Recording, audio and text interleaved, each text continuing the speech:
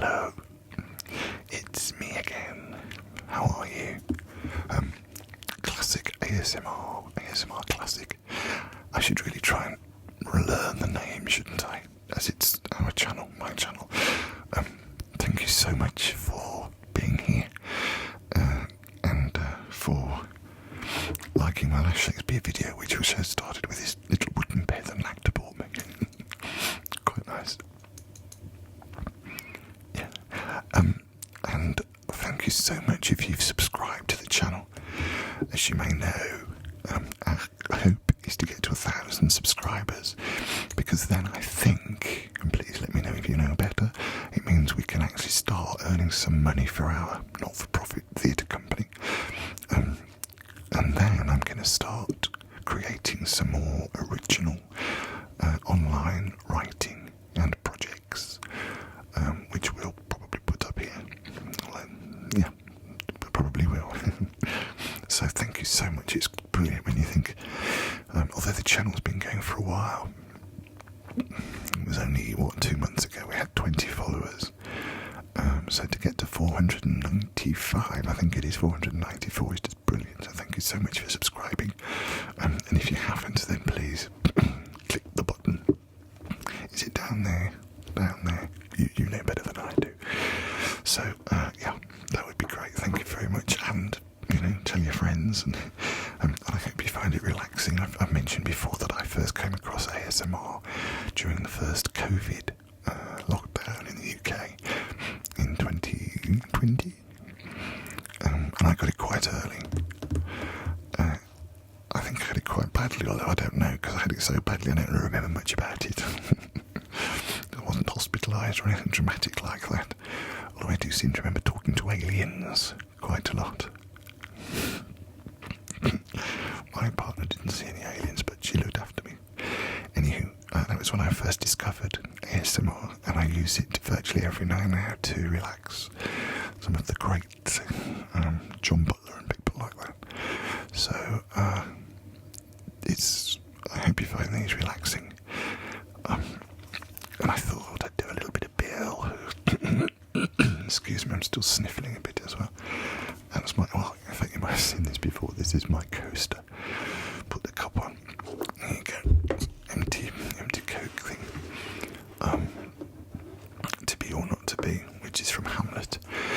And I've been helping out 1 or 2 people with audition speeches. You may remember our friend's son, who was looking for some Shakespeare's to get into drama school, which he did. He's already had quite a good career. He's been in feature films. He was in The Batman and things like that. But he's now in drama school. And then another friend of mine is auditioning for a film called Hamlet. Maggie Farrell wrote a book called Hamlet, which I read. I kind of got half through and got a bit annoyed with it. It's a good book. It's a great book. But I got slightly annoyed at the fact they never referred to Shakespeare as anything other than him. And I kind of see why, because it's about her and the family. But anyway, I should get back to it.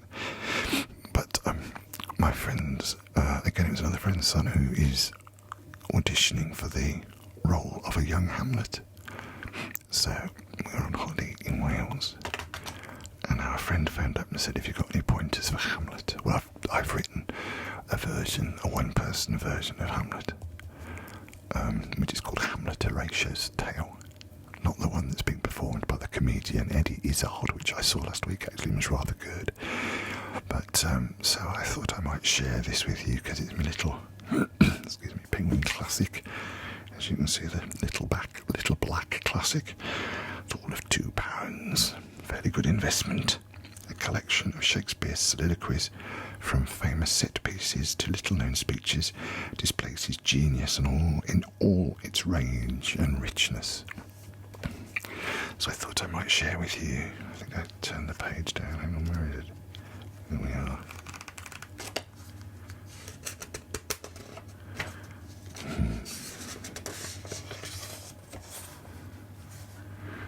Yes, here we go. I turned the page down. And again, sorry about the sniffles. And this is, of course, from Hamlet.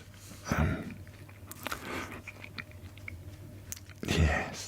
So, well, I'll read it here, which sort of tells you more or less about Hamlet, what it's all about. His father murdered. His mother remarried within weeks. Prince Hamlet rages helplessly against a life which for him holds nothing but disappointment. And this is one of his famous speeches, which I think you may know. Oh, this too solid flesh would melt, thaw, and resolve itself into a dew. All that the everlasting had not fixed his cannon against self-slaughter.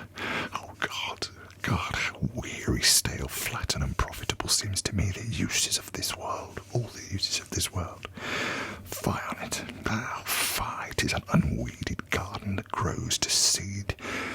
Things rank and gross in nature possess it merely, and that it should come to this, but 2 months dead, nay, not so much, not 2, so excellent a king, that was to this Hyperion as to a satyr, so loving to my mother, satyr, yes, so loving to my mother, that he might not beteem the winds of heaven visit her face too roughly. Heaven and earth, must I remember? Why, she would hang on him, as if increase of appetite had grown by what it fed on, and yet within a month. Oh, let me not think on't. Frailty, thy name is woman. A little month, or these shoes were old, with which she followed my poor father's body, like Niobe, all tears. Why, she, even she, oh God, a beast that once discourse of reason would have mourned longer, married with my uncle. My father's brother, but no more like my father than I to Hercules, within a month. Yet the salt of most unrighteous tears had left the flushing in her galled eyes. She married. Oh, most wicked speed, to post with such dexterity to incestuous sheets. It is not, nor it cannot come to good, but break my heart, for I must hold my tongue. And then, of course, the story progresses. And I don't know this one quite so well. But yes, this is basically, I think, where are we? Yeah. His friend, Horatio, and the guard see what they think is the spirit of his deceased father. So Hamlet decides to go and check it out. And sure enough, he sees the ghost of his father. And the ghost of his father tells Hamlet, that he was murdered. And as the ghost fades upon the battlements, the ghost says, Hamlet, my son, words to this effect, remember, remember. And this is Hamlet's response after his ghost, as in, he says here, yes, it's got him to remember. Hamlet swears by every power imaginable never to forget. Oh, all you hosts of heaven, oh, earth, what else? And shall I couple hell? Oh, fie, hold my heart, and you my sinews grow not instant old, but bear me stiffly up. Remember thee. Ay, thou poor ghost, whilst memory holds a seat in this distracted globe, remember thee. Yea, from the table of my memory I'll wipe away all the trivial fond records, all sores of books, all forms, all precious past, that youth and observation copied there, and thy commandment all alone shall live within the book and volume of my brain, unmixed with baser matter. Yes, by heaven. Oh, most pernicious woman. Oh, villain, smiling, damned villain. My tables, meet it is, I set it down, that one may smile, and be a villain. At least, I am sure it may be so in Denmark. So, uncle, there you are. Now, to my word, it is a Jew. Remember. remember me. I have sworn. And then Hamlet tells Horatio what he knows, obviously. And then the actors arrive at the castle. Hamlet's not sure what to do about his father's murder, although the ghost has told him to avenge it, but also to look after his mother. Do not raise anything to her. And then the actors arrive, not in the play, but the actors arrive at the castle, and Hamlet watches a performance of an actor acting grief. An actor's performance, having brought humiliatingly home to Hamlet his own inability to take real-life action in avenging his father, Hamlet nevertheless sees an opportunity to use the theatre as a means to advance his own personal plot. And this is another monologue of Hamlet. Oh, what a rogue and peasant slave am I! It's not monstrous that this player here, but in a fiction, in a dream of passion, could force his soul so to his own conceit that from her working all his visage wide, tears in his eyes, distraction in his aspect, a broken voice and his whole function suiting with forms of his conceit, and all for nothing, for Hecuba. What's Hecuba to him, or he to Hecuba, that he should weep for her? What would he do had he the motion and the cue for passion that I have?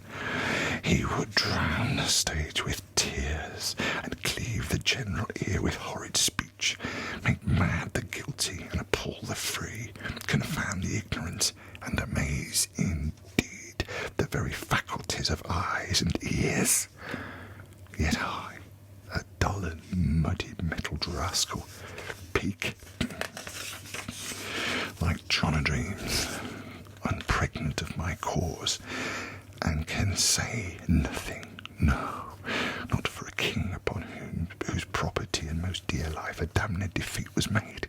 Am I a coward?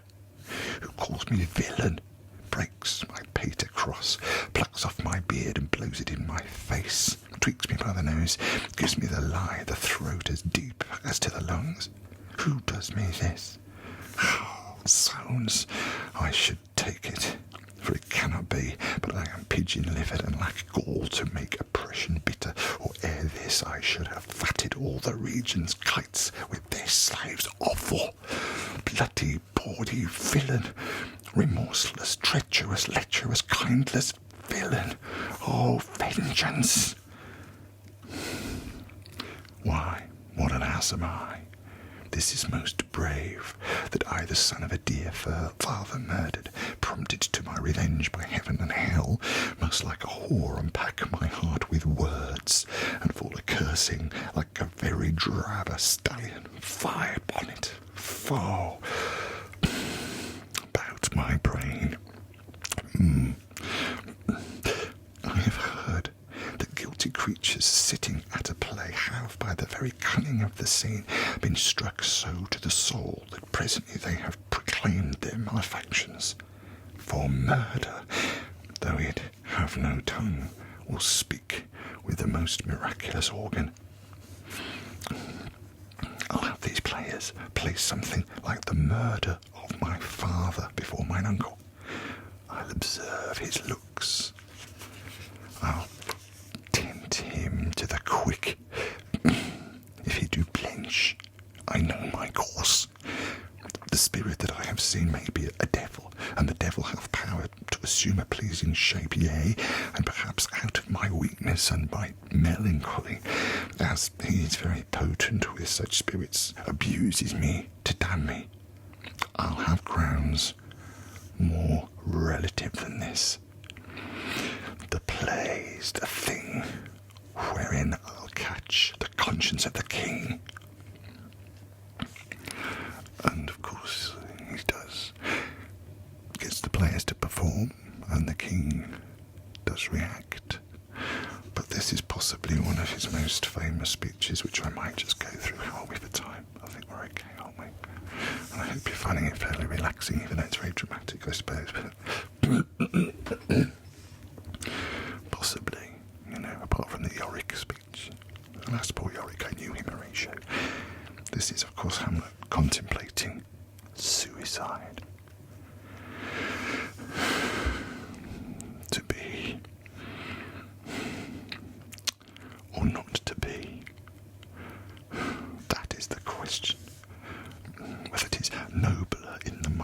suffer the slings and arrows of outrageous fortune, or to take arms against a sea of troubles and by opposing end them.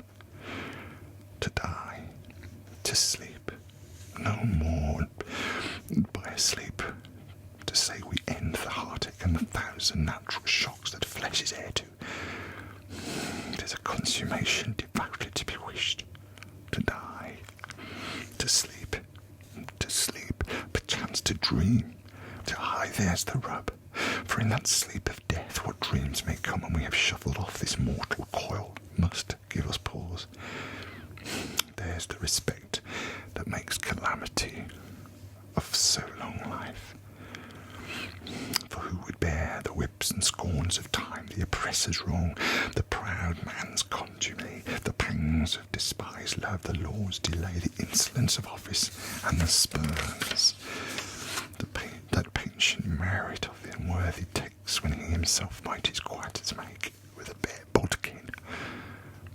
Who would these fardels bear to grunt and sweat under a weary life, but that the dread of something after death, the undiscovered country from whose bourne no traveller returns, puzzles the will, and makes us rather bear those ills we have than fly to others that we know not of.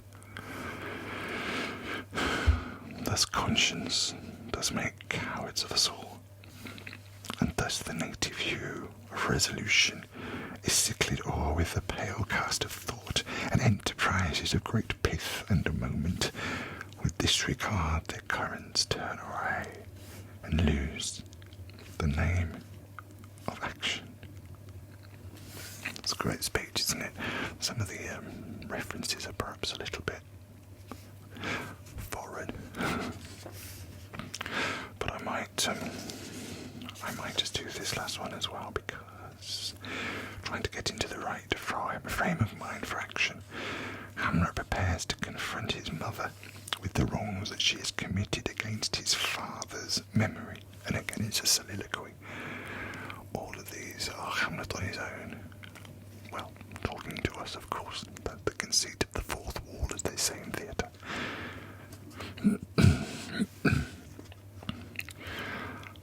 "'Tis now the very witching time of night, when churchyards yawn and hell itself breathes out contagion to this world. Now I could drink hot blood and do such bitter business as the day would crave to look on.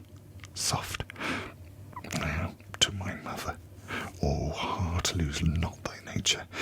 Let not ever the soul of Nero enter this firm bosom. Let me be cruel, not unnatural. I will speak daggers to her, but use none. My tongue and soul in this be hypocrites.